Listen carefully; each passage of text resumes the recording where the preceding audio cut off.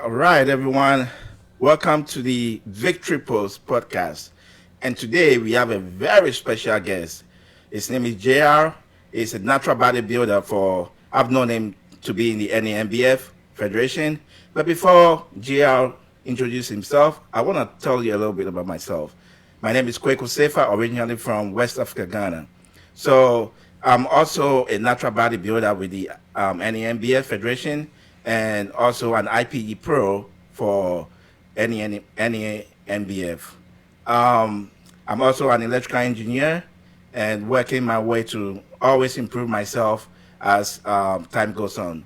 So, JR, I'm happy to have you on board. Thank you, brother. And you have the stage.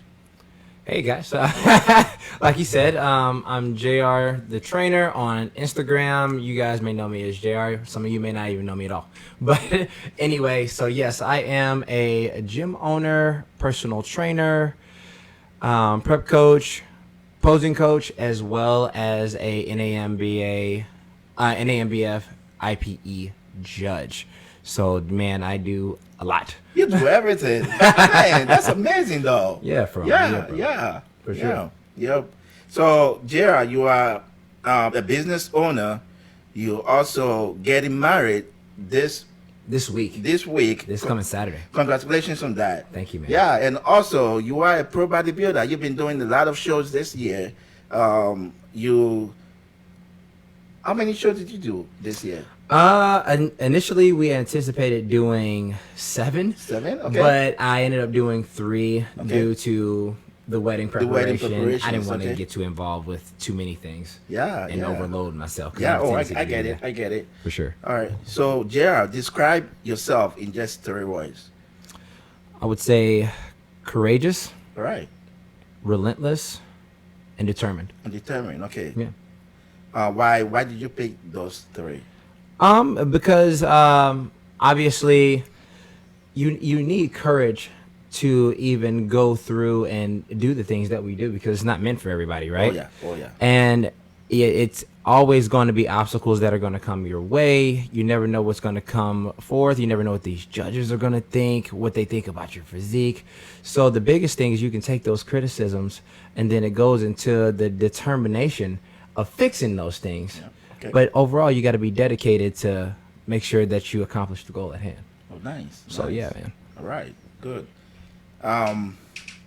So, JR, you do have a gym, right? You own a gym. Yes. You're a gym owner. So, how do you really juggle between being a gym owner and preparing for your wedding and still doing 3 shows? How do you do that? Literally, man, it's it's just about staying organized to the best of my ability. I try to hone in on my weaknesses and make them my strengths. Okay, all right. So weakness of mine, which you may not know, is organization. And so I try to hone in on that to be so strong at being organized. So therefore, if I make myself as busy as possible, there's room for minimal error. Okay. So I like to make myself busy and waking up to accomplishing goals every day. So that's what I said. That's what me and my wife, Kendra, went through. She thought I was nuts at first. She was like, how are you going to juggle all this? I said, baby, it's going to be a disaster, but it's going to be great. It's going to be great. It's all positive mindset, right? Yes. Positive mindset. That's I it. like that. Thank you. I like that. So let's talk a little bit about your gym. Yeah. So I've been a personal trainer for a little over 10 years. So right around 12 years, I've been a personal trainer for since I was 20. So I was at a big box gym I started off at, and people had inquired like, "Joe, you need to branch off and do your own thing and make it your own." I said, "Okay, yeah." Like, at first I was hesitant. And then I was approached by another guy, which you guys probably don't know him because he doesn't get on social media very much. His name is Aaron Scott. Okay. But he approached me and he was like, "Man, let's do something together." And God led me to. I was like, you know what? Let's step out on faith, and let's figure this thing out. So I reached back out to him. I said, "Let's do it." So he was in the early stages of the gym. So the emblem he had already kind of pre-created. Okay. And then we've expanded and exploded since then, and hopefully we'll be getting a new building, a larger building, because our following is steadily growing. Steadily growing. Okay, all right. So that's good. That's good. I like that. I personally also want to, be a gym owner when, I get there. But yeah, I'm still working on it. So you inspire me very much. Thank you, man. You inspire me very much. Likewise. And it's my goal to own a gym too. So I'm sure they're going to come for tips from you on how to grow my own business and how to be a very good gym owner. Thank you, so man. Thank you very much Absolutely. for, being here.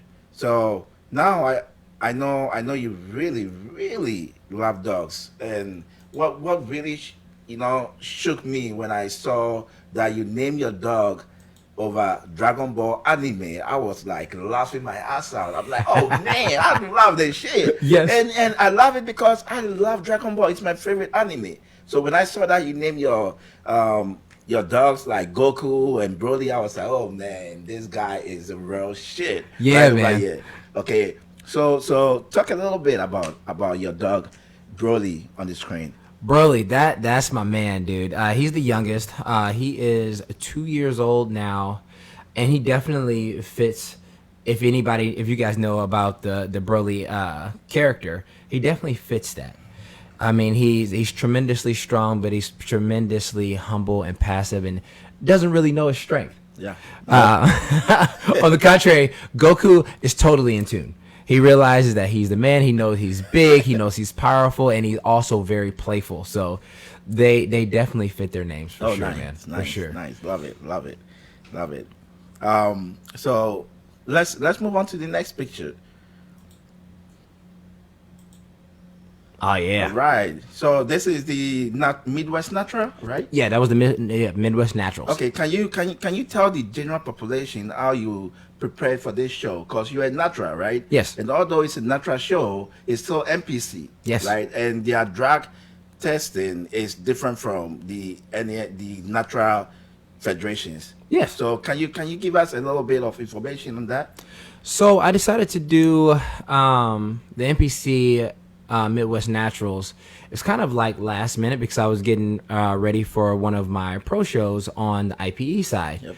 So I talked to my coach. I said, hey, man, I think I kind of want to step into this and get my feet wet and see how it comes about. As you guys see, I ended up winning my class in that one. So that was tremendous. I was super excited about that.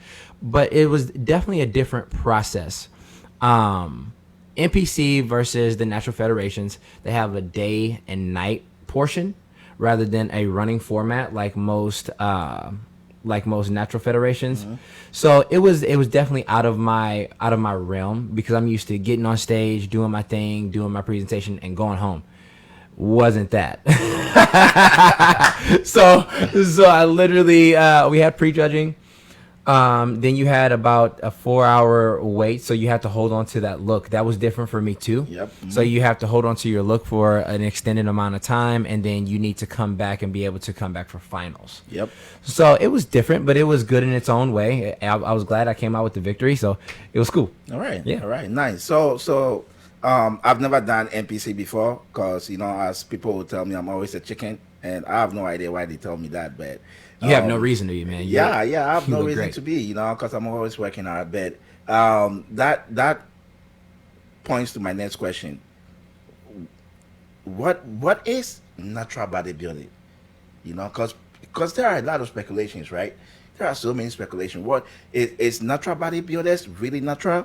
So can you give us a little bit of information? What is natural bodybuilding? Yeah, I mean, natural bodybuilding kind of gets it's kind of like the stepchild of bodybuilding. It gives that perception, but to those who actually know and understand the natural realm, there's so many amazing athletes like yourself. But it doesn't get the notoriety. It gets overshadowed by the NPC and the IFBB, rightfully so, because they are the founders of it, right? You got Arnold Schwarzenegger and all those guys. But a lot of people don't know about the natural side, like the Chet Jordans, You know what I'm saying? Yeah, So a yep, lot of people yep. and that who came up with the Yorton Cup. Yep. So it is a work in progress, and I know that we are Yeah. steadily growing, and you're getting more and more notoriety, especially with these social media platforms. So I want to be definitely a pioneer to shed light on us hardworking naturals, because man, we have to work extremely hard. For Oh sure. yeah, oh yeah, that's true. That's true. I've been working my ass off. Although I haven't competed in 4 years, I've been working my ass off at the gym all the time. It's time. You know, so every time they ask me, "Hey, Quick, when are you doing the show?" I'm like, "Next year." Next year when they see me, "Hey, Quick, I'm like, "Next year." Take your time, man. You know, it's Oh, it's yeah. it's a work in progress. Yeah, for oh sure. yeah, it's a work in progress. So yeah, so that's nice. Thanks for sharing that. Absolutely. So I know we all like we all want to get into first form, right? Yes. You know, first form is not just a supplement company, it's like um their culture is even way better than almost everything I've seen. Amazing. You know, it's amazing, you know, because again, the people makes the party, right? Yeah. And they are always there to show up, you know, especially when they come to the bodybuilding shows. They always stand 8 hours, 8+ hours, just standing, helping out, and that's amazing. So I love First Form, not just because of their supplement company, but because of their culture. Their culture is amazing, and their core values, man, they stand by their core values. So can you tell me why you really want to join First Form? Because when I heard that you want to join First Form, I'm like, man, I also want to be part of First Form. I want to be an elite athlete for First Form. And it's a long process. It's a difficult process, you know. It's not just, okay, let me post videos talking about First Form, or let me post the supplements talking about it. It's not just that. It takes like everything Yes. to be an elite athlete for First Form. So how do you, JR, tend to be an to go that direction? Yeah, man. Dude, I would love to be a part of that family of First Form. I got introduced to First Form through a lot of my friends. Okay. They knew that I was heavy into the bodybuilding industry, and they were just like, man, these supplements. And I once I took the supplements, I was like, Oh, this is man. this is real deal here. It's a real deal. It was clean. It was tasty, because It was smooth. It was smooth. So amazing. I pride myself on taking the best supplements and, Oh, yeah. and making sure that they're tasty at the same time for both myself and my clients. I don't like pushing things that I don't believe in. Oh yeah. Oh yeah. I So got you. I right out the gate started believing in their stuff. I was like, man, I wish I could be a part of this in some way, because the culture of it all, the people are so kind and welcoming. man. Yourself, Oh, yeah. man. I mean, it's yeah. just Oh, it's, yeah. it's a contagious energy Oh yeah. that Yep, that I like to yep, be around. yep. So with that being with that contagiousness, I'm like, I want to be a part of that. I want to be a part. I want to be a part of being a part of something bigger than just JR the trainer, but to be to see the bigger picture and help hundreds of thousands, millions of people Right. with this fitness thing that we try to make everybody better, Nice. for sure. All right. So JR, this podcast is a day in the life of a bodybuilder and a gym owner, right? And you are both. So this is an amazing topic for you and I to discuss, you know. And I know First Form has been like it's located in St. Louis, you know, in the Loop, and we love that, you know. But you know, one of the things that really attracts me to First Form is their core values, you know, because I pride myself on my own core values, because everyone in this world have to have their own core values. So when they go work for someone, their core values has to align. If your core values doesn't align with other core values, it's not gonna work out, you know. At all. So I pride myself with First Form because their core values 100% aligns with my core values, Yeah. and that's why I want to be part of them, you know. And I've spoken to so many people in First Form. Their culture is amazing, and that's the second reason why I want to join First Form. I That's want to be awesome. an elite athlete, you know. So yeah, I'm sure we're gonna get there. We're gonna get there. We're gonna get there. We're surely gonna get there. Yeah. Yeah, we're gonna work our ass off. Yes, sir. You know, that's what it takes, and that's what we're gonna do. Absolutely. All right. So, JR, the next question I want to ask you is, what's the definition of a champion? The definition of a champion. I don't define champions as someone who goes in and wins, but it's the work that you do behind the scenes. Yep. It's the day in and day out. And like I said, I've been successful in bodybuilding. I've been successful in classic, and I think eventually, I don't want to speak too soon, but one day, I do want to venture back into classic. But like I said, I understand and I know my flaws, and I'm willing to work on them to be the best athlete that I need to be. But for the time being, men's physique is where I kind of fit. I'm 6'2". All right. Just stand up so people can see you. For sure, yeah, man. Yeah. You see this? Very tall. Whoa. God damn it! Long That's arms, huge. long legs. Yeah. All right. So yeah, man, I got long arms, long legs. So it takes a lot to fill a physique like mine, to fill my frame. Yeah. To make sure that I have full round muscle bellies in both my upper and lower extremities. So arms and legs are both a thing that if you don't have it fully filled, you have a tendency to look lengthy and long and slim. Yeah. And that's not bodybuilding. We're built off of muscle, right? Oh yeah. So we got work to do. Yeah, we got some good work to do. Of course, yeah. For example, so you knew that, okay, this is what I got to do, right? And as a champion, you have to know when to take the plan A or when to take plan B, right? Yeah. And if you knew that, okay, I want to stay in physique.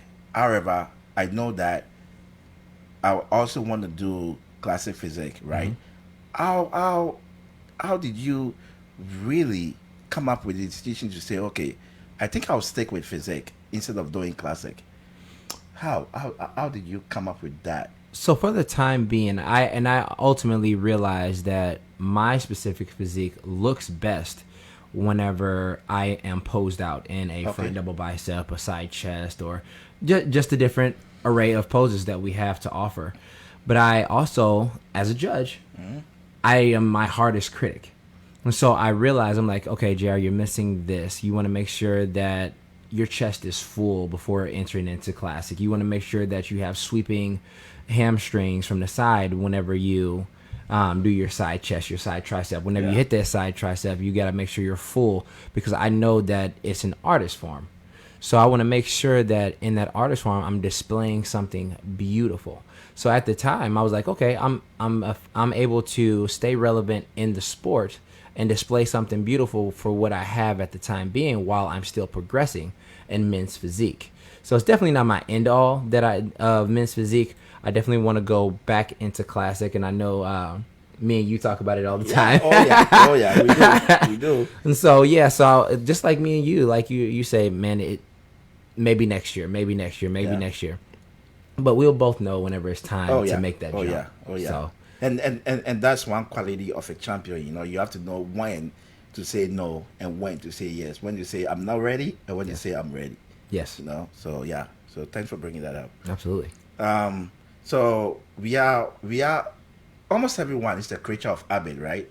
So we tend to sometimes say, okay, I'm very good at this, so I want to stay in that zone for as long as I can, right?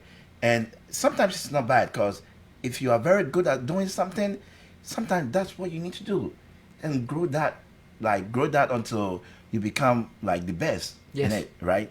But sometimes we tend to say, oh, okay, I'm just very, very, I'm in my comfort zone, so I don't want to grow. I know I want to grow, but at the same time, I'm not growing, but I'm still in my comfort zone. So as a leader, can you tell us how you go by getting out of that comfort zone? Yeah, man. So I've learned to adopt being comfortable with being constantly uncomfortable. So I found comfort in being uncomfortable, because once I become comfortable, now my mind is racing, and now it's telling me, I'm like, hey, Jared, now you're becoming complacent. And I never want to be complacent. I always want to remain humble, but I always want to push for higher heights, not only for myself, but to be a vessel for everyone else. Because soon as every day that I wake up, I pray, and I say, who can I touch today? Yeah.